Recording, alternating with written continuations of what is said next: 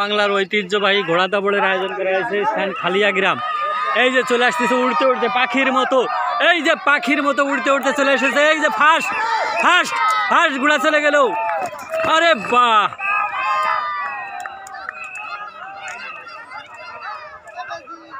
খালিয়া গ্রামের বিশাল এক ঘোড়া দাবড়ের আয়োজন করা হয়েছে। আগের বারটা ওই কটাটা ফার্স্ট হয়েছিল না? আগের বার কোনটে? কটার পাশে লাল লালটা। এবার তো সেকেন্ডে গেল। এই যে আরো আছে ঘোড়া, তো আরো আছে আরো আছে।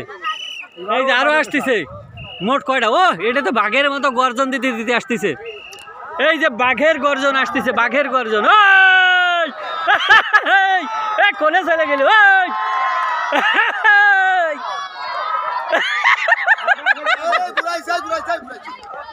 এই যে আরেকটা, এই যে বাঘের গর্জন চলে যাচ্ছে। আরেকটা চলে গেছে ওই যে মাঠের ভিতরে, আর এটা মাঠের ভিতর,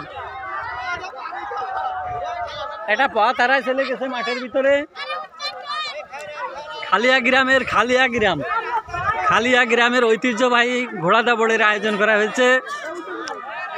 একটা পথ হারায়, এই যে সামনে মেয়ে ছেলে ছিল তাকে উড়ো নিয়ে চলে গেছে। এই যে এইটা পথ হারায় ফেলাইছে। এই মনি সরে যা, জোতলা সরে যা। এই এটা পাগলা ঘোড়া, পাগলা ঘোড়া। এই যে আবার আবার রাস্তায় উঠে দেওয়া হলো। পাগলা ঘোড়া ছুটিছে।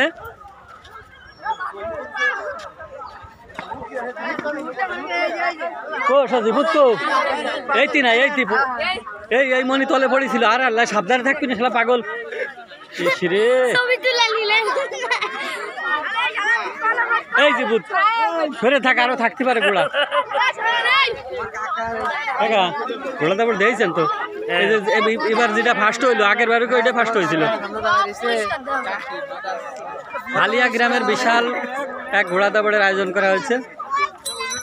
ঐতিহ্যবাহী গ্রাম্য মেলা খালিয়া গ্রাম।